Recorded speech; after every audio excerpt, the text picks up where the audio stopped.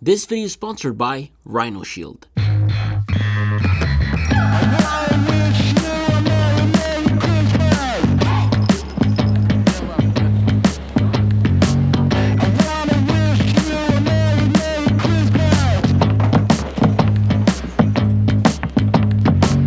We are going to Austria, baby.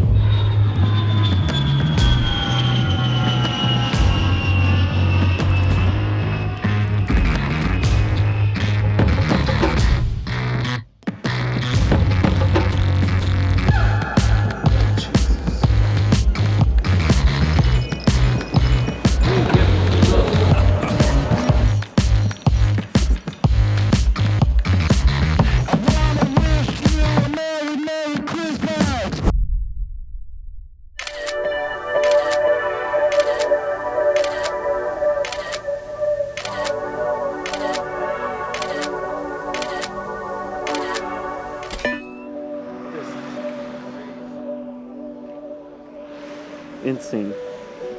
We are finally here. 8 hours traveling and 2 hours in a car. All of that to make it to Spielberg. I'm so tired.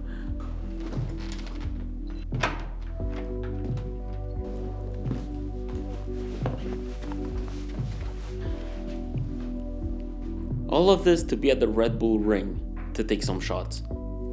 Totally worth it. No, but honestly, a lot of people on Twitter lately have been asking me about my presets and what do I shoot with. Believe it or not, a lot of the pictures I've been taking lately are from the iPhone, edited on Lightroom, and that also includes some of my Instagram posts, which by the way have been blowing up, so it has nothing to do with camera quality. Although I figured, what better place to do an iPhone camera setup than in Austria? I mean, look at that. That looks just magnificent. Anyways, you know what? Here's what you need to know. Step 1. Learn your camera app. The camera app is the tool you need to learn inside out to know what you're doing. And honestly, iOS makes the app super intuitive, so there's no need to be afraid. To change camera modes, you can swipe left or right or simply tap on the mode you wish to use. To zoom in and out, you can either pinch the screen, select the zoom mode within the zoom tab, or touch and hold the zoom controls for a precise zoom. To access the new focal length options from the main camera's optical zoom, you can just tap on the 1x to toggle between them. Notice that at 1x you'll capture a 48 megapixel photo, but at 1.2x and 1.5x, by using computational processing to crop the 48 megapixel image, these will capture between 36 megapixels and 24 megapixels.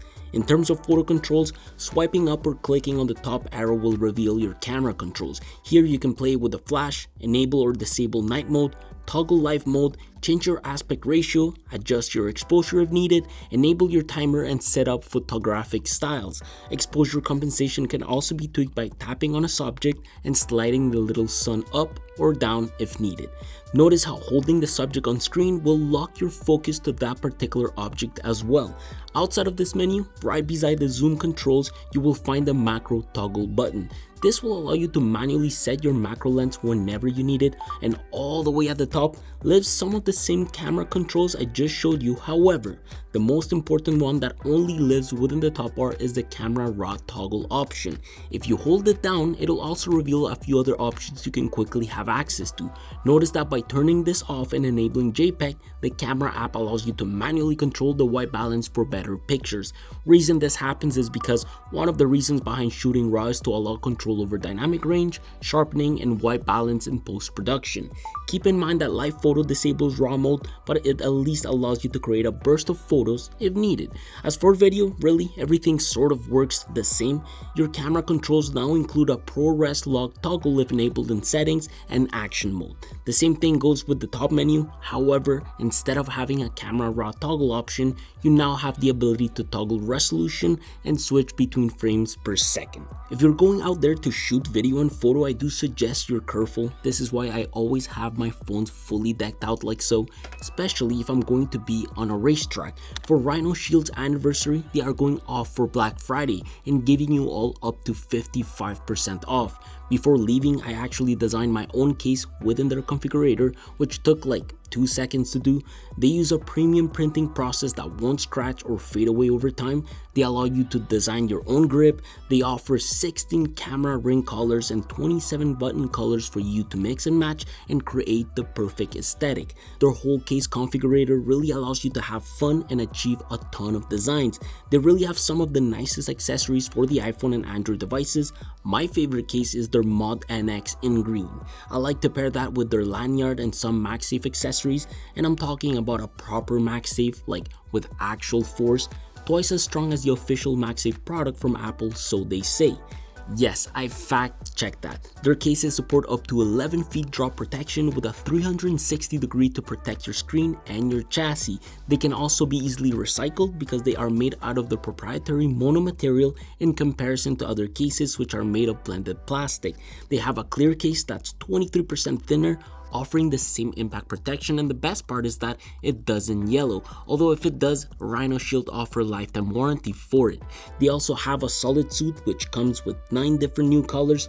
Look, whether or not you're shooting videos and pictures like crazy with your new iPhone, I would take advantage of Black Friday to upgrade your style and maybe get an F1 Red Bull Checo or Max Verstappen case.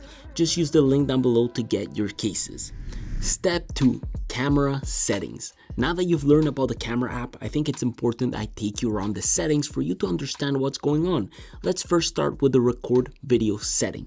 Keep things simple here. 4K 24 FPS, enhanced stabilization on, HDR video off. Really not a fan of HDR video. Keep your lock camera on. You don't want any automatic switches of the cameras while recording video, and enable lock white balance. Comes in handy if you don't want your white balance to suddenly introduce color changes while recording. Going back to the main page, for slow-mo and cinematic settings, leave as is. Format is the tab that we are mostly interested in here. Photo mode, change to the full main camera megapixel to capture 24 megapixels. This is just in case you don't want to use 48 megapixels or Pro RAW. However, because we want to shoot in Pro RAW, we need to enable Pro RAW and resolution control. Set your Pro default to be Pro RAW Max so you can take advantage of those 48 megapixels on the main lens. And in the video capture settings, which is a new feature on the iPhone 15 Pro and Pro Max, enable Apple ProRes and choose your encoding to be log. When it comes to preserve settings, very important. It's annoying spending time setting up your camera app, so you don't want your settings to disappear next time you reopen it. Very handy, especially when doing some run and gun shooting. Camera mode, turn that on. Whether you were in photo, portrait, video, cinematic and whatnot, it'll keep the setting you last used. The same thing goes with all your creative tools, depth control, macro control, exposure adjustment. Really, the only setting you want to keep off here is action mode. Next, I like using record stereo sound. I've always liked to have control over my left and right audio channels in post. Volume up for burst, I don't need that, but I do use the QR code scanner and the detected text. I think those two features are a must nowadays. When it comes to composition, if you want to have a straight shot or centered shot, please enable both the grid and the leveler. These two will be your best friends when it comes to taking pictures and framing your subjects. Pair that with the main camera additional lenses you now have access to, and you can easily be one step ahead when it comes to taking really cool photos. The rest of the settings I keep as is, except for the prioritize faster shooting. This is a feature I like to toggle on and off. I only use it for when I need to shoot fast-paced objects, simply because this feature allows the iPhone to devote less processing power to images, freeing up the buffer to allow it to focus on shooting more in a shorter period of time. So consider disabling this feature for optimum results. Step 3. Learn your lenses. There's a huge caveat to all of this. I think the main one is, well, not all pictures are going to be in 48 megapixels. The main lens is the only one responsible for outputting a 48 megapixel file unless you're shooting in 28mm or 35mm. From experience, the ultimate best result is always going to be achieved at 24mm.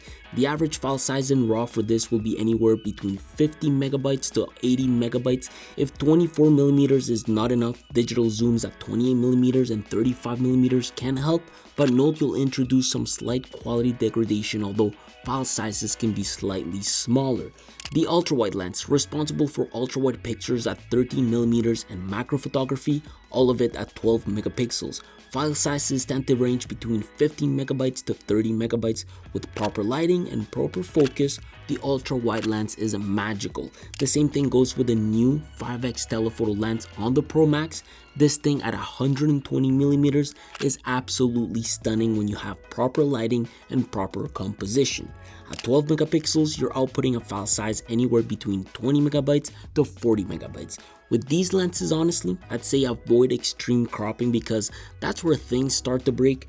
Other than that, I think with proper lighting, even at night, you can definitely achieve some great stuff. I'm not a fan of portrait mode. It works well, it's nice, but because the aperture can be heavily manipulated by the processor, it's not my cup of tea. Step 4. Choosing between 24 megapixels and 48 megapixels.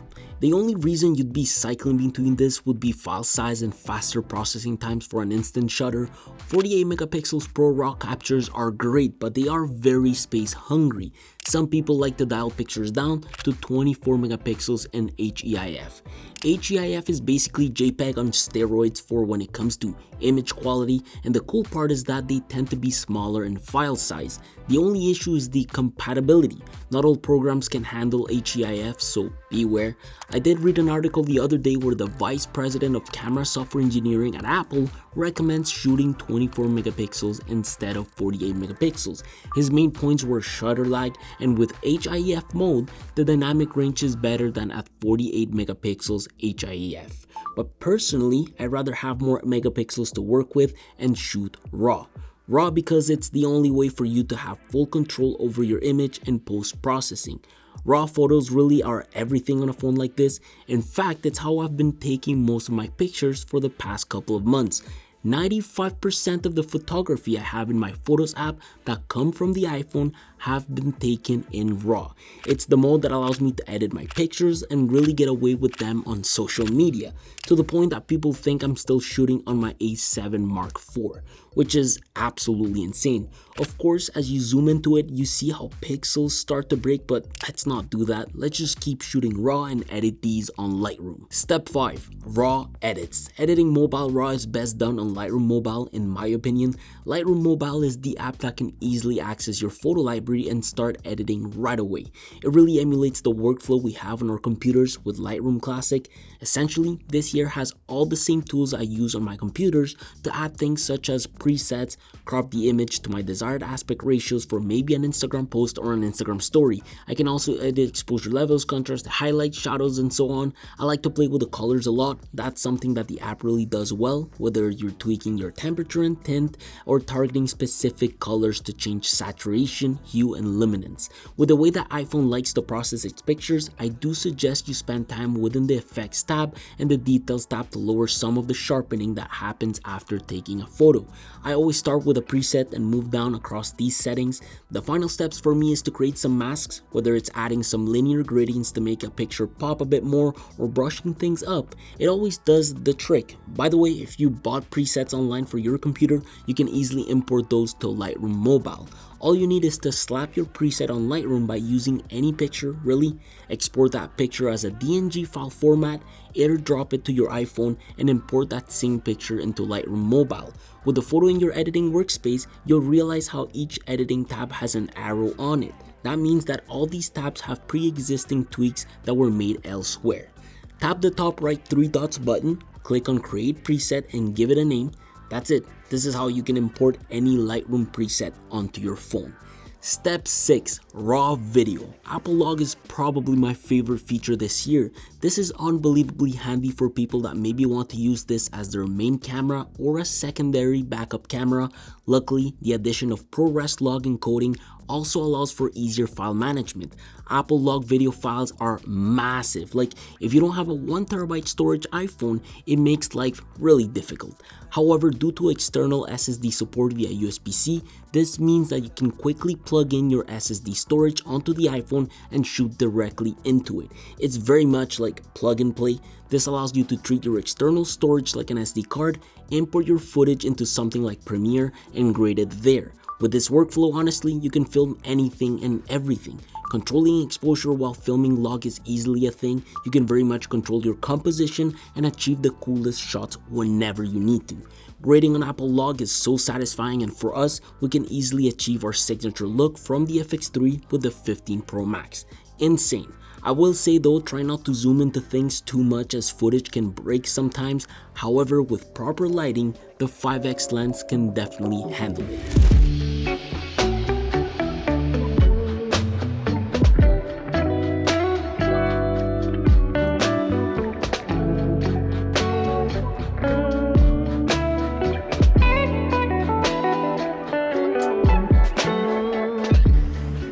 Today was a crazy day for us. Actually, in fact, this whole trip has been insane. I really hope you guys enjoyed the camera settings. I thought it would be super smart to like take you guys around the Red Bull Ring, Vienna, and everything like that, so I can properly demonstrate the power of the iPhone camera, which is insane.